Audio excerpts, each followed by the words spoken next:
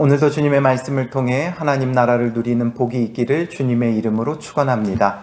우리가 요시야 왕에 대해서 지금 보고 있는데요. 그는 남유다의 16대 왕이었고 8살이라는 아주 어린 나이에 왕이 되어졌어요. 8살에 왕이 되었기 때문에 그 당시에는 명목상 왕이지 실제적으로 왕으로서의 역할을 하지 못했어요.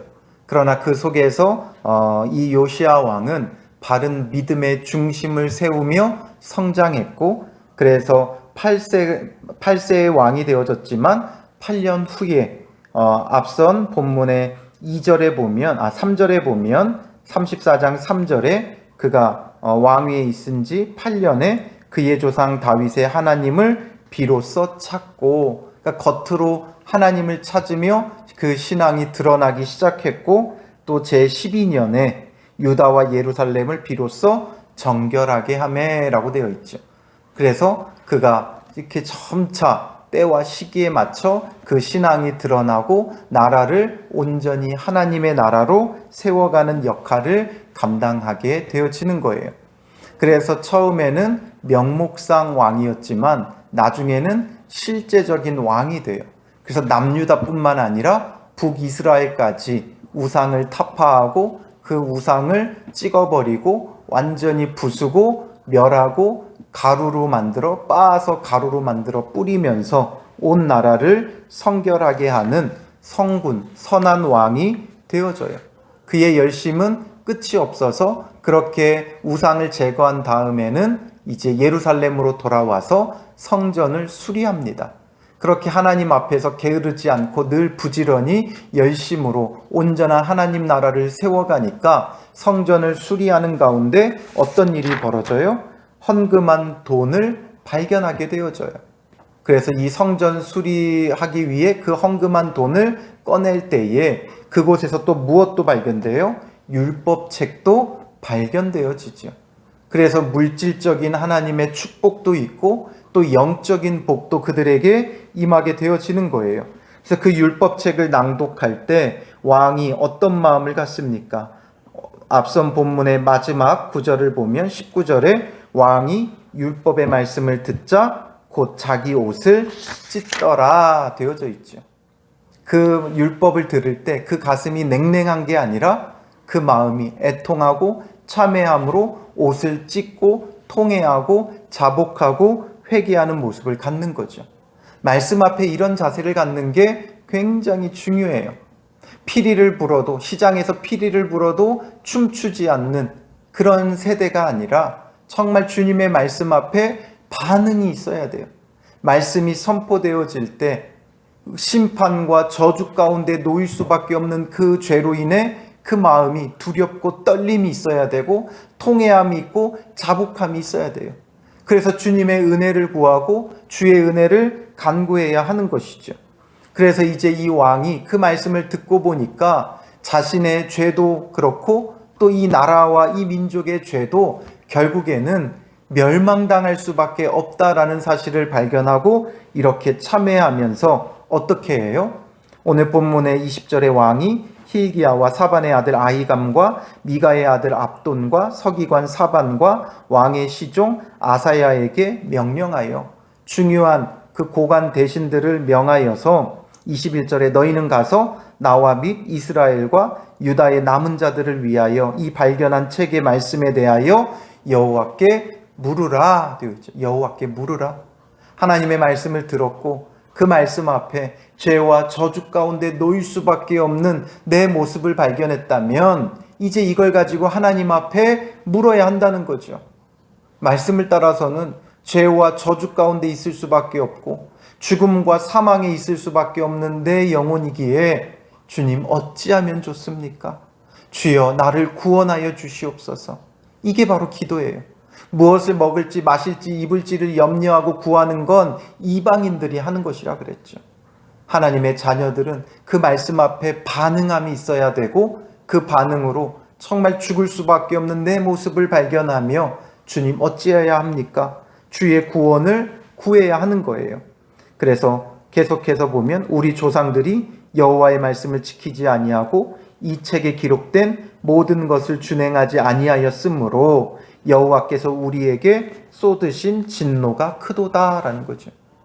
그동안 우리가 우상 숭배하고 하나님의 말씀대로 행하지 않았으니 하나님의 진노가 크다. 그러니 우리가 어찌하면 좋을지 하나님께 물으라는 거죠.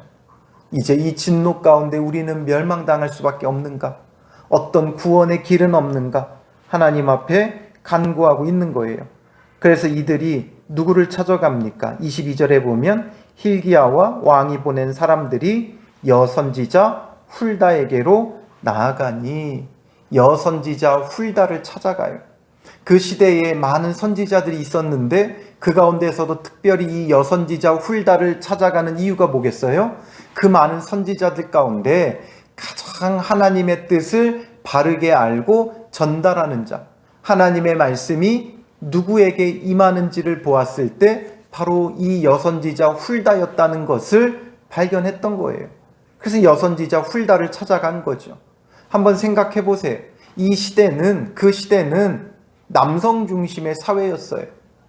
그러나 결코 하나님께서 남성만 사용하신 것은 아니었어요.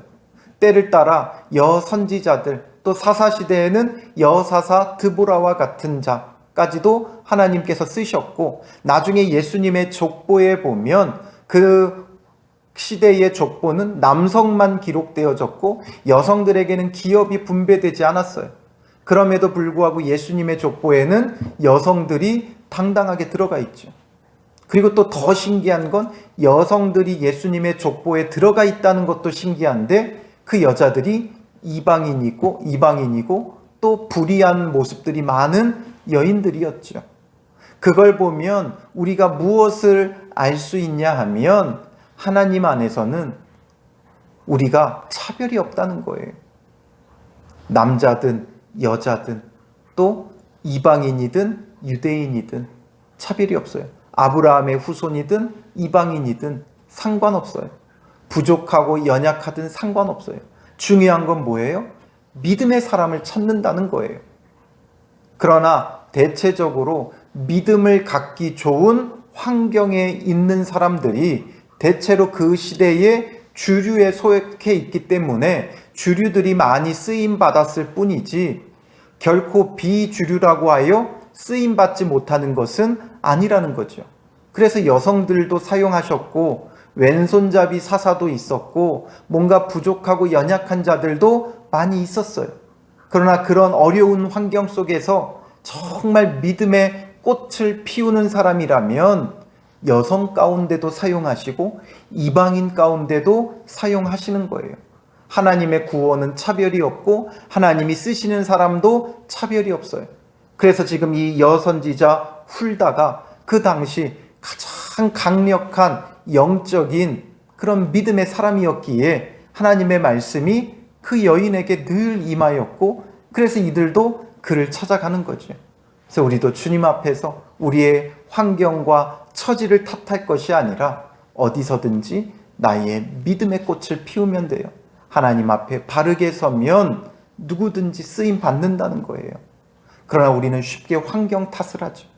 성경을 보면 오히려 약한 자를 들어 강한 자를 부끄럽게 하시는 자예요. 그분이 하나님이에요. 미련한 자를 들어 지혜로운 자를 부끄럽게 하시는 분이에요. 그러므로 우리는 환경과 처지를 탓하는 건 게으른 신앙의 자세라 그랬죠. 환경과 처지를 탓하지 말고 늘 부지런히 내게 처해진 상황 속에서 믿음으로 참되게 세워지면 하나님이 쓰시는 거죠. 그래서 훌다를 통해 하나님께서 말씀하세요. 24절에 보면 여호와께서 이같이 말씀하시기를 내가 이곳과 그 주민에게 재앙을 내리되 곧 유다 왕 앞에서 읽은 책에 기록된 모든 저주대로 하리니 말씀하고 있어요. 하나님께서 저주를 내릴 것이다. 이건 피할 수 없다. 유다 왕 앞에서 읽은 그 책, 그 모든 기록. 그래서 아마도 이 말씀이 신명기일 것으로 추정하고 그리고 신명기에서는 분명히 우상을 숭배하고 하나님의 말씀과 율례와 규례대로 행하지 않으면 저주가 임할 것이고 이 너희가 가나안 땅을 차지할 그 가나안 땅에서 너희가 길지 못할 것이다. 하나님께서 분명히 말씀하고 계시죠. 그러니 이것을 지금 요시야는 듣고 우리 민족이 이제는 멸망할 수밖에 없구나. 북이스라엘도 그러했고 이제는 우리 차례가 되어졌구나. 이것을 깨달았던 거예요. 그래서 하나님께서 말씀하시죠. 25절에 이는 이 백성들이 나를 버리고 다른 신들에게 분향하며 그의 손의 모든 행위로 나의 노여움을 샀음이라. 그러므로 나의 노여움을 이곳에 소돔에 꺼지지 아니하리라 하라. 하나님의 진노가, 하나님의 심판을 면할 수 없다. 왜냐하면 우상 숭배하고 범죄하였기 때문에 이건 필연적인 일이다라는 거죠. 필연적인 일이다. 오늘 우리가 살아가는 이 시대도 마찬가지예요. 하나님을 두려워하지 않고 말씀이 아닌 자기 소견에 옳은 대로 행하는 이 시대에도 하나님의 심판과 진노가 필연적이에요. 면할 수 없어요. 그럼 우리는 절망적인 인생인가? 그건 또한 아니죠. 그래서 하나님께서 계속해서 말씀하세요. 26절에 보면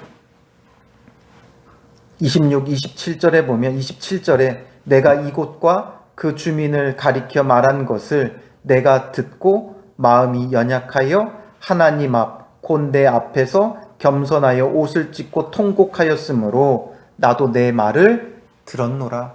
하나님의 진노와 심판은 면할 수 없는 필연적인 사실이지만 하나님께서 이 요시야의 마음과 믿음을 보았다는 거예요. 그래서 나도 내 말을 들었다. 그래서 28절에 그러므로 내가 내게 너의 조상들에게 돌아가서 평안히 묘실로 들어가게 하리니 내가 이곳과 그 주민에게 내리는 모든 재앙을 내가 눈으로 보지 못하리라. 이 말은 무슨 뜻이에요?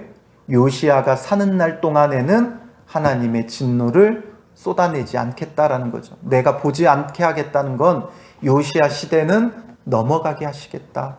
결국 우상 숭배와 죄에 대한 필연적인 하나님의 심판이지만 요시야 때는 넘어가게 할 것이다. 바로 유월절 어린 양의 피로 인해 죽음이 그 집을 넘어가듯이 요시야가 참된 믿음을 가지니까 심판이 그 시대를 넘어가게 하는 거예요.